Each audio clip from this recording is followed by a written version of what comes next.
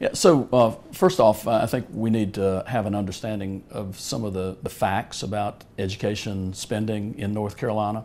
For 3 of the past 5 years, we've seen some of the largest pay increases that North Carolina's teachers have seen. In fact, we've led the nation or second in the nation in the rate of increase in a couple of those years.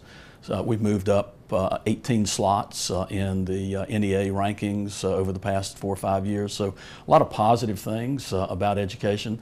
I think people need to understand that the NCAE is, for all practical purposes, an arm of the state Democratic Party, and their effort to conduct this rally on a day when kids ordinarily would be in school and should be in school is somewhat problematic, but it's not really a surprise. But kind of taking politics out of it, do you feel that some of these teacher concerns are legitimate and real?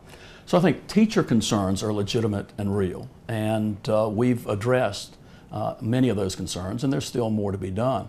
But remember, this is a rally that is organized by the NCAE. It is not a teacher rally. It is a North Carolina Association of Educators rally, and the North Carolina Association of Educators is, for all practical purposes, an arm of the Democratic Party. How did the rally go last year? How do you feel that went, even just the teachers being here and speaking to you, speaking to other lawmakers? I think for those teachers that met with lawmakers and talked about what was going on in their classrooms and talked about what was going on as far as their students are concerned and talked about policy that can improve outcomes for students, I think all that was very positive. I think unfortunately a number of incidents occurred that were not about what's good for the kids and what's good for education. So and again, last year, similar situation where you have tens of thousands of students who hopefully would be in school, in class, are being out or deprived of that opportunity because a far left group that's an arm of the Democratic Party wants to have a rally. They could do it on another day. They could do it after school lets out. We'll still be here in June. Tell me too, a lot of the focus I feel like you've been putting out in your press releases is, hey, we have increased teacher pay over the last couple of years. We've definitely gone up in the NEA rankings, but some of the concerns that I've heard are kind of not just that. It's about school supplies, it's about safer classrooms, it's about getting more hands on deck in like the form of TAs, school nurses. How are you going about addressing those issues, not just teacher pay? So those issues, as far as school supplies, there have been proposals introduced. We have a budget line item that calls for a certain amount of money to be spent on school supplies. Unfortunately, what happens is when those dollars reach the local system has the authority to move those dollars around. And so, unfortunately, a lot of that money ends up going for central office personnel or for things other than classroom supplies. Same way with books. When Republicans took over the General Assembly, the Democrats had, for all practical purposes, zeroed out the allocation for books in North Carolina.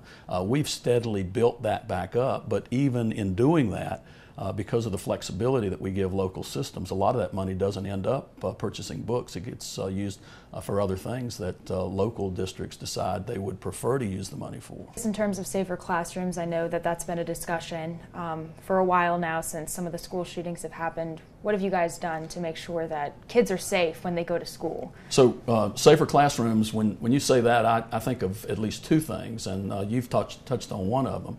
The other is discipline within the classroom, and whether or not discipline policies are such that the teacher at the head of the classroom has the ability to ensure that the children in her classroom or his classroom are being disciplined and not a situation where folks are acting out and yet nothing happens to them. So that's one issue. The other issue has to do with safety, with reference to some of the incidents we've seen in other places having to do with guns. And there's been we've seen a couple of measures that have looked at that.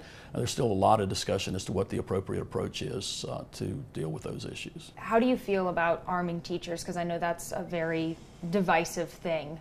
So one of the things that I think is fairly clear is that in some instances the only way to stop a person with a gun is with a person with a gun, and so what's the best way if that's necessary? Do we have a problem with guns in the schools? What's the best way? One is to have resource officers, and there's been an effort to increase funding and to do some more with resource officers. There's also some thought that teachers or other school personnel appropriately trained being allowed to carry a weapon or have a weapon at the school might be a way to deal with some of the incidents that we've seen in other states. I mean, we've been blessed in North Carolina that we haven't seen those, but again, it's a very controversial topic when you start talking about arming school personnel. I personally think that appropriately trained, that may be part of a solution. How are we going to get the young teachers to come to this state, or if they're already here, stay here? In 2011, 2012, North Carolina's pay for beginning teachers was at the bottom in the region. So pay is something that's important when folks are looking for their first job or any job. So one of the things that we've done is we increased beginning teacher pay, the state-funded portion of beginning pay, from the lowest in the region to where we're competitive in the region. So that's one thing. Another is the question of licensure. What does it take for someone to get a teacher's license? And we've seen where there are some issues with how North Carolina regulates teacher licensure, whether it's how slow the process is, or whether it's a question as to whether or not the testing that teachers have to go through is appropriate for the grades that they are proposing to teach. So those are two issues that we've been working on.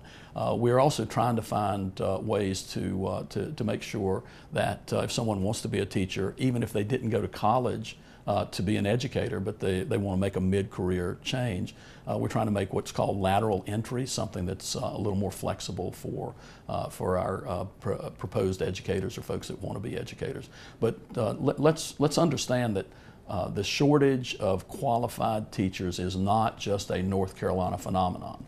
It is something that's going on all across the country, and it's a real challenge for us as it is for other folks. So there's a big competition out there. I know one of the issues too was trying to reinstate master's pay. Is that something that you guys are looking at all? So we looked at that very carefully, and we made a decision several years ago that because the data is pretty clear that simply because someone has a master's degree in education or in another field doesn't make that person a better teacher. When you look at the outcomes for students, and really that's what it ought to be about, is whether or not our students are learning and whether or not their outcomes are better.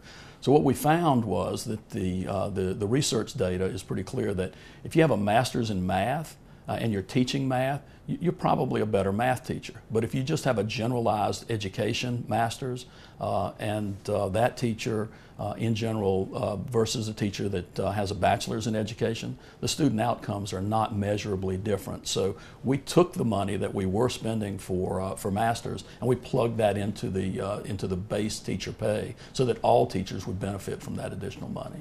And kind of expanding beyond just the teachers in the classroom, obviously it takes more people to make a school run. So how do you feel about increasing pay for some of these classified workers like bus drivers and cafeteria workers? So remember, last year we, for the first time in the country's history, put a minimum pay of $15 an hour for those positions that are state-funded positions that are considered state employees.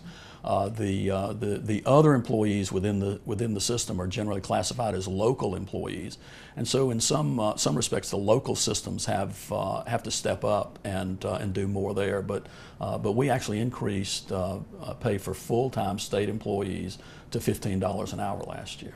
That does not include the people that work in the schools. That's just. Not all folks that work in schools are state-funded positions, and not all folks that work in connection with the schools are funded exclusively by the state. There are a number of locally funded positions, and we don't control the salary for all of those positions. I read some of the comments on some of your posts, and it seems that some of these parents or these teachers are saying you're trying to paint teachers as radical. So how would you respond to some of these people that are saying that? That the NCAE leadership is a radical democratic organization.